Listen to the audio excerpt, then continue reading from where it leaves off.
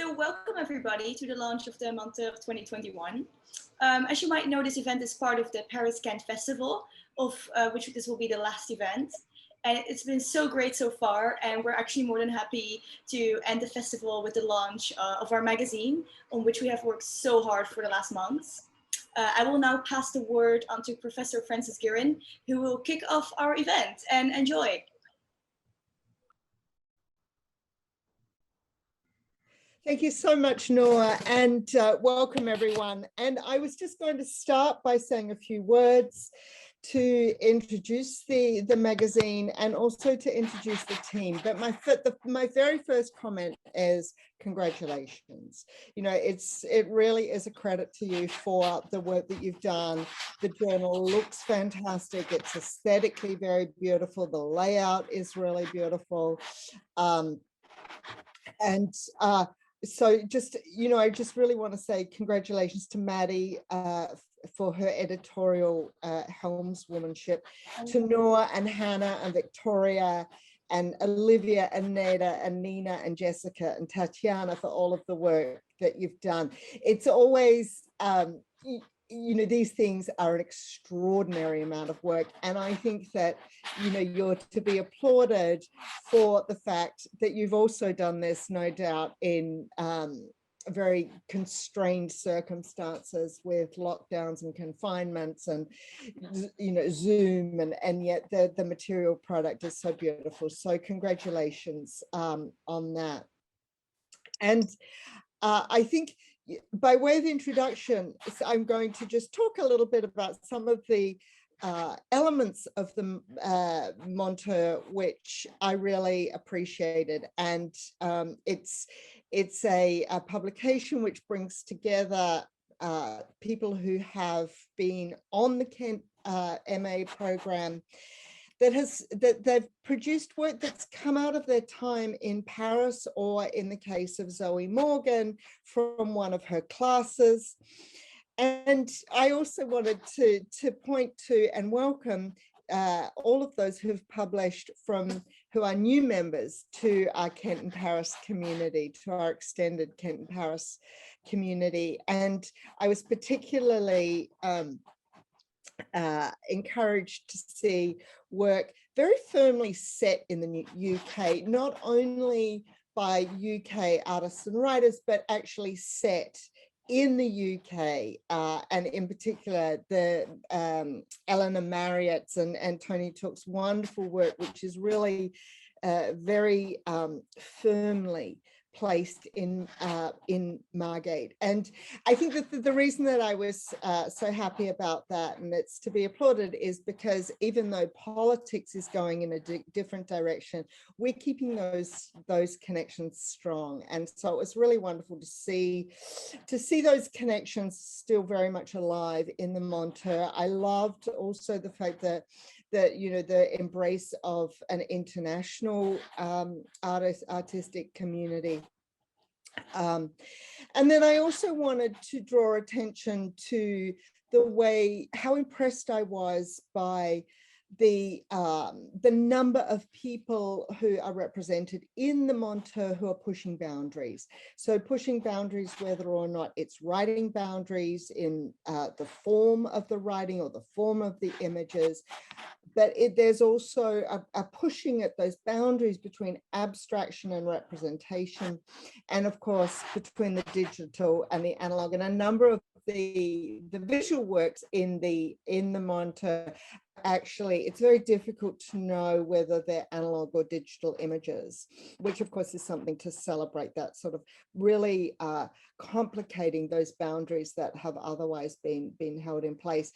And then of course anyone who reads the Menteur will see this wonderful synthesis of word and image, sometimes on opposite pages, sometimes within particular images. And then of course there is some fantastic poetry that has a visual presentation on the page. So again, I was really impressed by the pushing of those boundaries. I also, and we'll perhaps we can talk a little bit more about this in the Q&A section, the theme of Rewired, which hopefully we'll hear more about.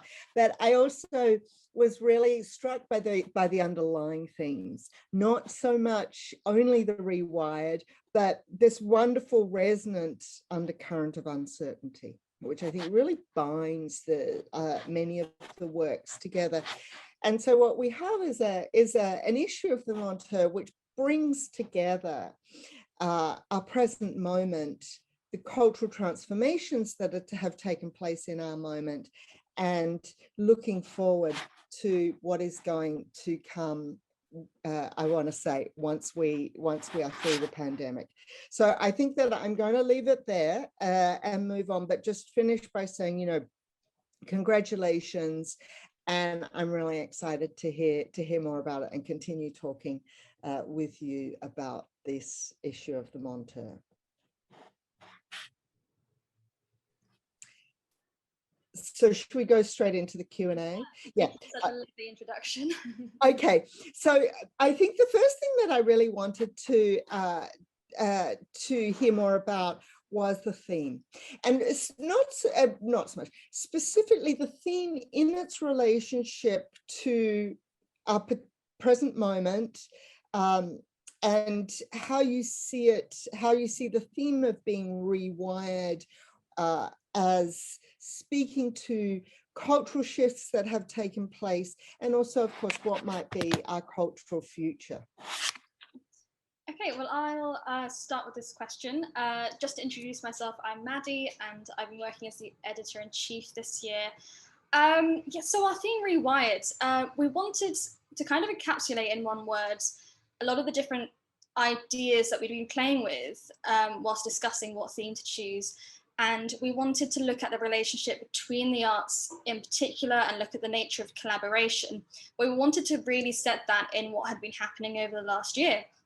So Rewired really fit our theme because of the kind of technological implications of the word, and the fact that, I mean, you know, I haven't seen North since about September. All of the planning, all of the creation of this magazine happened online this year, not even just, you know, having our submissions emailed to us. Everything took place online, and, you know, all of our classes have been online. We really wanted to look at how everything being translated onto a digital platform had changed our relationship to the arts. So we kind of asked our contributors to think about that relationship as well. And I think what we have, you know, what they've submitted to us has been an excellent representation of how people have been handling the pandemic, how artists and writers have been, you know, attempting to keep up their work, and not even that, but how actually the new kind of setting might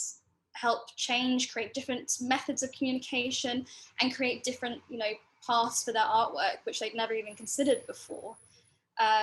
So you can read a bit more about this in my editor's letter, but I completely am in love with the relationship between the arts. I studied English literature before, and now history of art. So it's, for me, it's about looking at how visual and verbal dialogue is changing in like kind of the modern era with all the kind of technological inventions that we have going on at the moment. Love to hear if anyone else wants to comment upon the theme. No, I don't think so. Okay, that's it. One thing which comes up in what you've just said, and also I think in the contributions to the issue, is it's not simply about the rewiring of art and culture, it's about our rewiring and how we somehow, I don't know, does anyone want to pick that up? I mean, I could talk more about that, but I was just really impressed by how maybe the pandemic has changed us in terms of rewiring in its multiple definitions. Yeah, I think we definitely see a reflection of that in the fact that a lot of our artists, the contents of their work really focuses on small moments which wouldn't necessarily have been considered as particularly interesting or joyous or celebratory before having been in confinement, but it's about looking at kind of things that have been taken for granted in a new light, and realizing how we can like spark joy and spark connections in these tiny little moments every single day that we didn't even realize was possible before this kind of whole year has occurred. But I'm more than happy to hear what else you have to say about this. It's just something that came to my mind when you brought that up. No, that was, I was just really interested in whether or not this was something that you had conceived of in advance, or whether it was something that came out of the work that was submitted. Not all of the work spoke directly to our changing relationship to technology, but certainly Sam's piece, for example, was like this redefinition of the human as a sort of concept, thanks to the pandemic. I mean, the other thing which also really struck me, and maybe you would like to say some more about, is how the art that is created within lockdown or in confinement or the pandemic, however we want to define it, also speaks to something much bigger, which is beyond any notion of pandemic or crisis. There's a human condition issue, which I feel is really bubbling away there. And this sense that in that way, the world has opened up, and that we've got this insight, and that art and culture are able to, or are exploring how it is that this speaks to something way beyond the pandemic. I'm seeing nods. Yeah, I think Jess just wanted to add something. Your speaker turned on. Would you like to say something before I talk about that a little further? Sure. Yeah, I was just going to say, in terms of the poetry, I think very much reaching out beyond the technology, but also thinking about rewiring our relationship to nature, rewiring our relationship with the dead. You know, there's poetry from Claire Merrick and Alison that talks about people who have passed, and there's poetry that talks about prose poetry that talks about the relationship with nature. So yeah, I think a lot of the work does really sort of think beyond the individual, think out towards communities and out towards the past as well as the future. And I think this particular time of reflection has really kind of helped people to do that. So yeah, I would agree with you. Yeah, and just to continue from Francis's looking at the kind of bigger picture and the human condition, it honestly surprised me how many submissions we got this year that had something to do with the human body and like bodily conditions and the flesh and the enjoyment of being in a human body, and the ways that you can express yourself, your joy, your pleasure through kind of your physicality. And I think that's an amazing kind of sub theme that we got in this year's magazine. There were some really lovely contributions. I'm thinking of Abissere, who which is one of the sculptures made from wax, which you can have a look at in the magazine, which is beautiful and absolutely revolting at the same time. It's an amazing piece, and it's one of my favorites in the whole magazine, I think.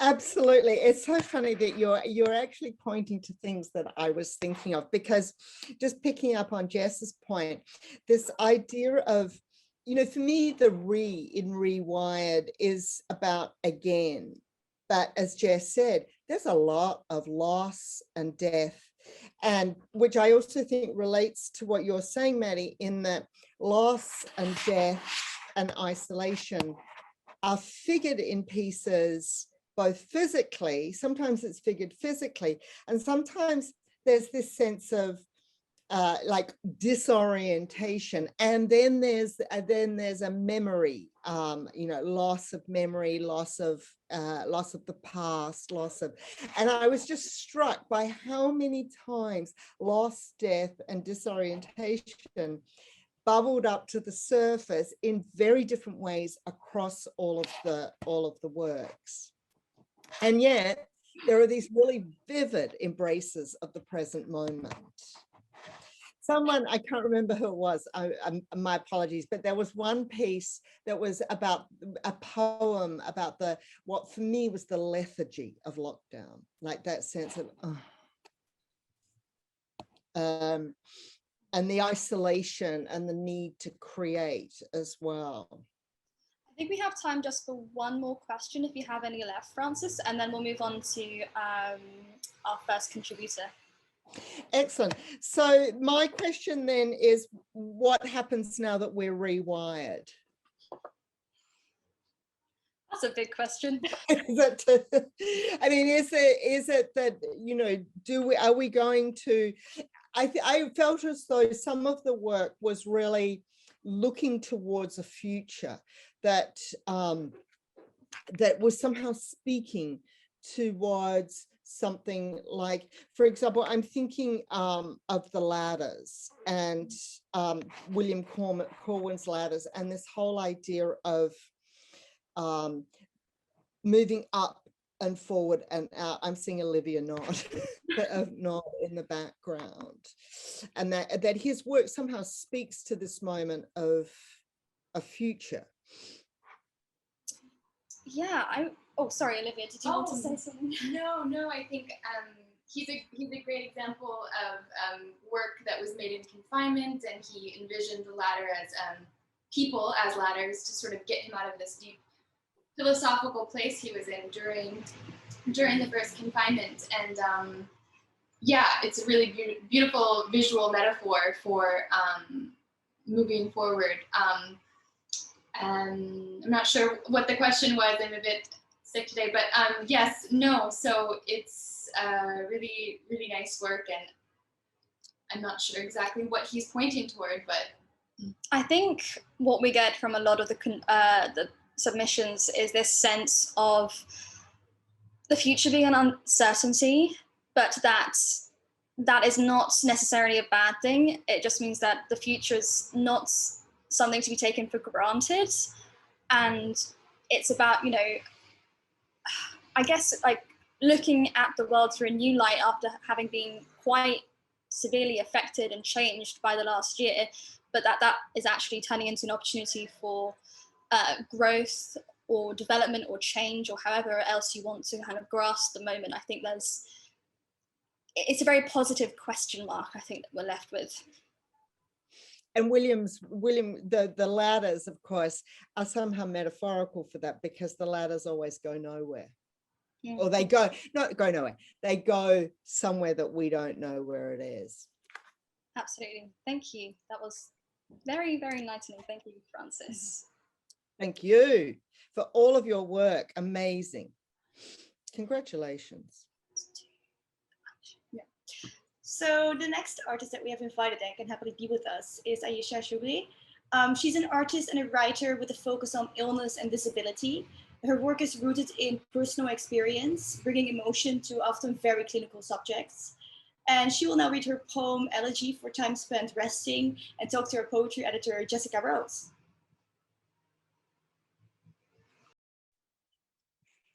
Hello, nice to see you all here.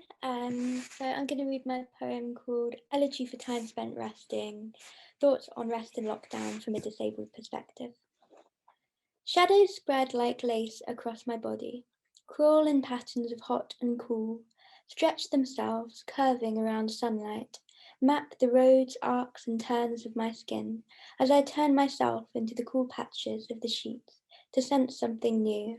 I feel a little grief settle in my throat like a cough, a little grief for the spring outside which is passing on. Again, my need to rest encases me. It is lockdown now. I see the birds sweep lower as they pass the steps. They are more confident. We pose less of a threat. Spring reaches out its tendrils. They grasp and twine around the lonely, pushing at glass windows. The inside stifles. Open, open, open.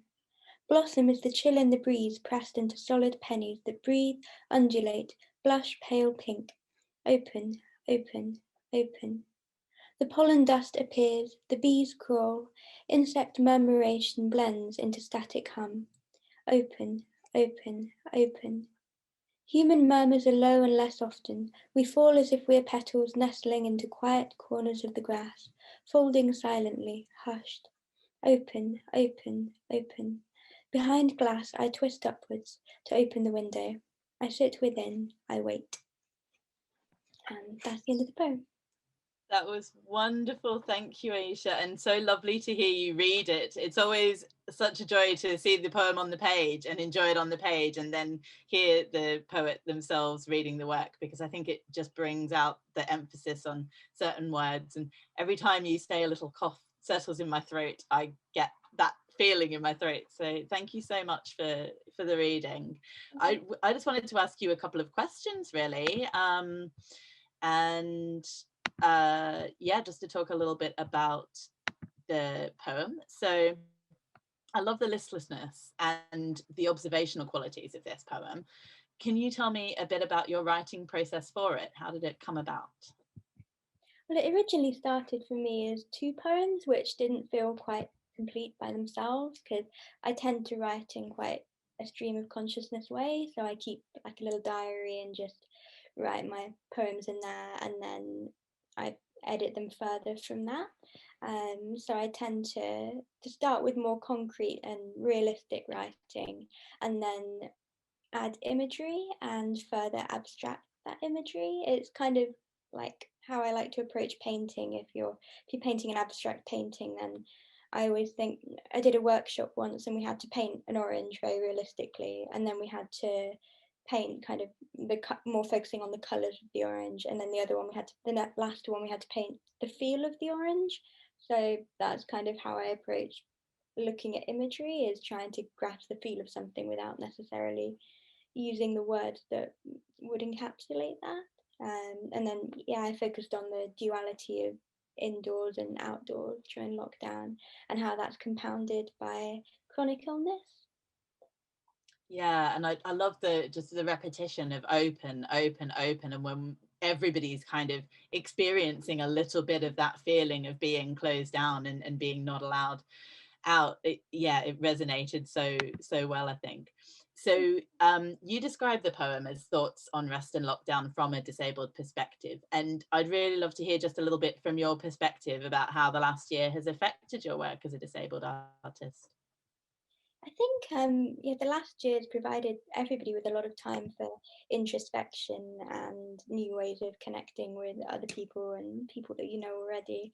And as a disabled person, I feel that rest is generally something that is, it takes up a lot of your time. It's something that you have to be considered about. You have to think about it a lot, and then lockdown has increased that massively for everybody, and so it's provided this new perspective between able-bodied people and disabled people with this kind of shared understanding. And yeah, because enforced rest can feel strange as opposed to just rest when you want to, and I think the feel of lockdown kind of encapsulates that.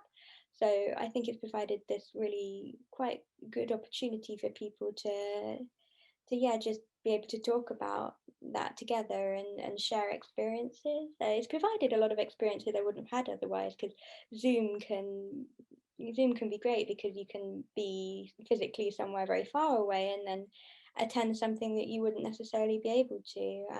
So I've been doing lots of reading groups online with friends, and I did a little writing residency online, and yeah, it's provided a lot of new ways of thinking and creating.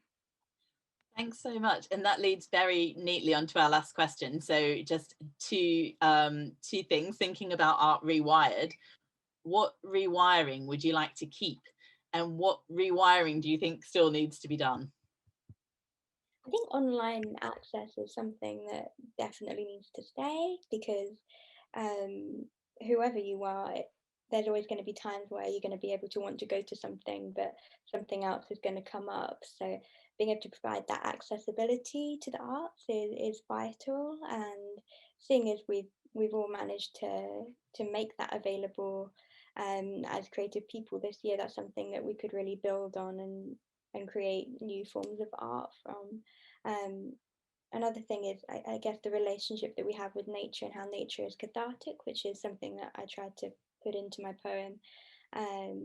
That kind of bond with the environment that's immediately around you is something that is, I think, very vital for us to keep. Things that I feel that we could change is possibly our thinking of productivity, because we're always we're generally taught as a society that the more productive you are and the more stuff that you're creating and time that you're spent doing something productive is important, but then rest is also very important too, and it is productive in its own sense. But yeah, just having a better balance between work and life can lead to better art, and art that keeps sort of challenging our ways of thinking and bringing our ways of living into our writing. Amazing.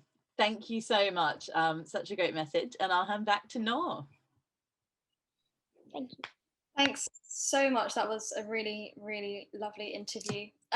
Next, we have two films played simultaneously by filmmaker, intermedia artist, and poet Michelle St. Michael, who unfortunately can't join us tonight.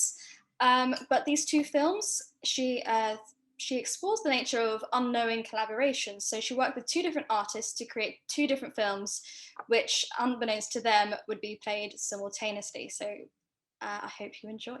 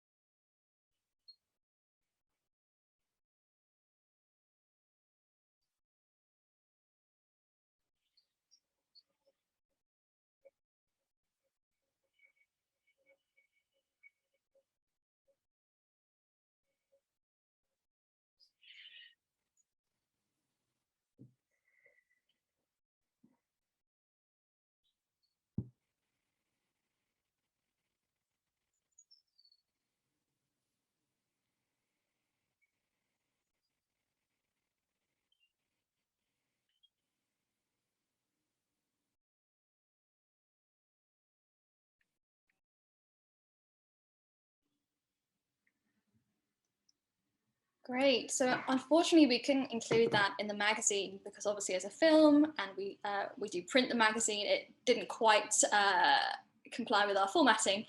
But as you can see, so many of the themes that we've seen in the other submissions are very prevalent here as well. The nature, the body, the intimacy of hearing someone else breathing in and out quite loudly as well, I think spoke to a lot of our other submissions. So I'm really glad that we got to view it and show it to everyone else. But we'll move on now. Yeah, next up we have Alison Wittenberg, and she's a writer from Philadelphia with 3 publicized novels. If she wasn't an author, she tells us she'd be a private detective or a jazz singer. And Alison will read her 2 poems, The Hard Way, and Joan Crawford Left Her Daughter. Take it away, Alison. All right, thank you very much, and thank you for inviting me. I'm going to read the Joan Crawford one first. And Joan Crawford left her daughter, nothing in her will, not even a wire hanger. And then this other one about the effects of being parented, called The Hard Way. You never know people till they die, and you gingerly page through their privacy. Those fresh, faded photos, mothers in mauve miniskirts, fathers frying hash browns, wearing floppy hats.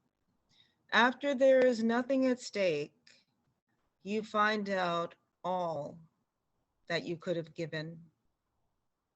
A little air comes in, combats the mold that had corrupted keepsakes, contaminated those attic memories. This knowing threatens to sun the was. The is now will be more forgiving. Thank you. Thank you, Alison. As Jess said earlier, it's so lovely to hear poets actually reading their own poetry rather than just reading it on a page. I hope you don't mind answering a question. I would just love to know a bit more of the background of the first poem, the Joan Crawford Left Her Daughter, and what was the context for that?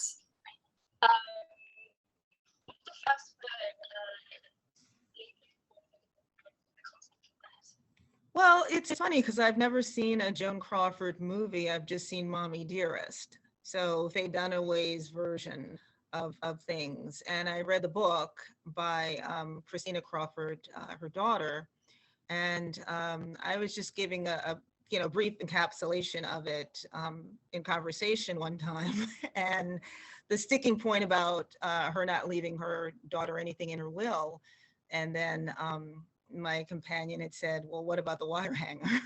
So that's how the whole poem came to be. It was just the juxtaposition of that. But very, very interesting because I know that a lot of Joan Crawford's fans almost take it as a frontage that her daughter wrote that book. So the truth may lie in between. And I wrote the poem to be shocking, and I think I achieved that. Great, thank you so much for letting us know. And I'll hand back over to Noor. Yeah, so now we move on to David Yates and collaborators Zetor Ibrahimi and Bethany Goodwill. They are University of Kent alumni and regular fixtures on the Kent poetry scene. And after we play the poetry film, Breaking the Night Open, David will talk to us about the collaborative process for creating this Renga.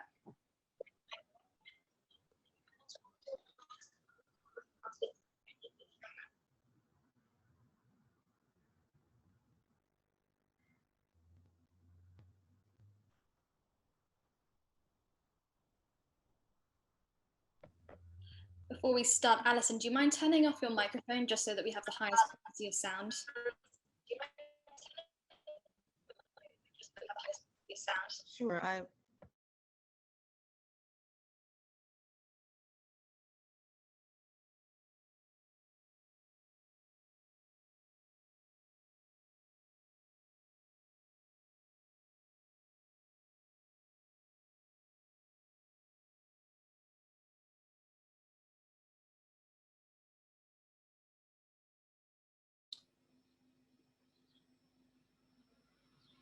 So are we not playing the video? Yes, we should. Yeah, sorry, someone We might be having a technical issue. Let me see. Okay, no, sorry, someone muted me, so I got confused what I was meant to do. No, don't worry. No, we'll get the video up in just a second. Thank you for your patience, everyone.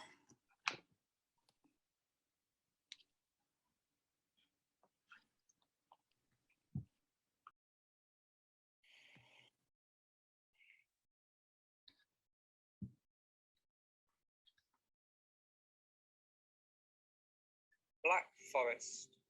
Nothing you say matters. It snows all morning. The cold assaults me with tedious, indifferent gaze. Light before proper light. Alone, maybe not alive. Flat edges against backdrop. Cricket stirring in the grass. Breaking the night open. Sharp side of the moon, crisp, red as pomegranate, available fruit. Ashy fireplace crackles, drying off soft skin. Soggy mulch mattress, letting the mud in. Cutting the day short. Up in cold dawn, scraping potatoes in a pot. Small hand, middle finger like a feeler. A spider searching homestead. Smell carries in your neck, hair, clothes, deliciously sour. Fading as wind drags clouds to the sea. Golden aching parting. Twilight in reverse, wheat kissing the sky. On the platform, the cabbage writes. Are we going the same way? Single reasonable season. All that night by mountain light.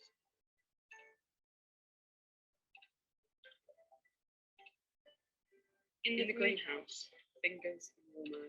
I hope doing well. Doing well. Releasing a dandelion spur. I don't see it land. Petal rain dusting. Back from pollen over before intense winds. Gold hangs on everything. Now and then, turning to snow.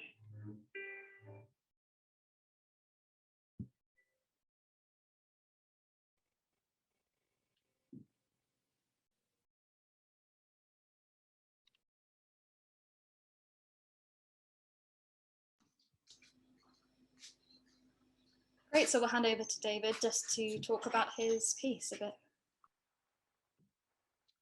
Yeah, sure. So a Renga, for anyone who needs a definition, is a poem that is created from essentially like linked haikus. The verses kind of work a haiku and a line of seven syllables roughly. And it was something that during lockdown I began hosting. I still haven't found a good word because I don't want to call them workshops. It implies that I am trying to teach and I know what Renga are and I'm learning as I go along, but open, places for people to do the Renga. So I think this was the fourth or fifth one that I had done with some people. So I've tried a few methods of doing it. We've tried doing it over the course of a week, kind of on Facebook Messenger and Google Docs, and we've done it in evenings where we just get together on Zoom, and this was one of the ones where we did that. And our method of creating it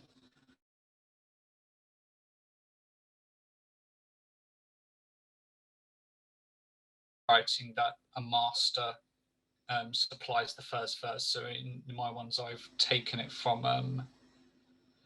a basho haiku verse, and then everyone will contribute the next link, and then we will have a sort of brief discussion where we talk about which one will be included, or we will kind of like, we'll put together some lines, we'll have a little bit of conversation. So the whole process is very collaborative, because we aren't necessarily going, each person goes in order. It's actually kind of a conversation throughout the whole writing process of how each link is created. And I think it's just been a very interesting and collaborative way of writing, especially during lockdown, where it's been feeling very isolating to be able to have a poem that is actually and really interconnective, both in the form of it, because it's all about linking between the verses, but also the composition has been a bit rewarding, and also quite peaceful when you feel like very separated from everyone.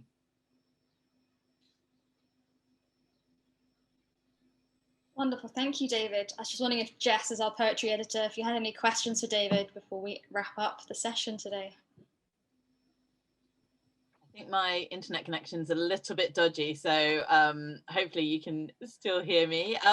No, I mean, I really wanted David to just talk us through that, because also when we wanted to put together a video for Paris Lit Up, in our collaboration with them, we had a bit of a call out to people to create something for that, and David and the team, so Setara Ibrahimi and Bethany Goodwill, collaborated once again to make the video. And so I think this is just such a great example of artists working with constraints across across space and yeah, and in different media as well. So yeah, that was it. Great, and I can now very happily announce that our link is live. If you go onto our Instagram and Facebook, you'll be able to look on Issue and see the 2021 edition of the Menteur, which is really exciting. We will also have print copies, and we will contact all of our contributors and guests to organise a delivery of a copy, should you like one. And I'll hand over to Noor just to give a little outro for today. Well, thank you all so much for joining us tonight. We hope you enjoyed the presentation so far. Thanks to all the artists that showed up and talked about their work. It was really great. Francis, thank you so much for the lovely introduction and Q&A. And now some Menteur people I have to thank. Even though she can't be here tonight, we really want to thank Hannah for putting in all the editing work. It's been a really lovely magazine, like check it out, it's amazing. Also a big thanks to all the editors here that have helped curate the magazine. Great team. And lastly, I want to thank our amazing editor-in-chief, Maddie, who did so much. And Jess, she's not here, but she's one of our editors, so she's very much included in this montage across screens, but yes. Yeah. Great, well, we're going to celebrate by opening a bottle of this. Thank you all so much for coming. Such a lovely evening to spend with you, all you guys. Hope that you very much enjoy the magazine.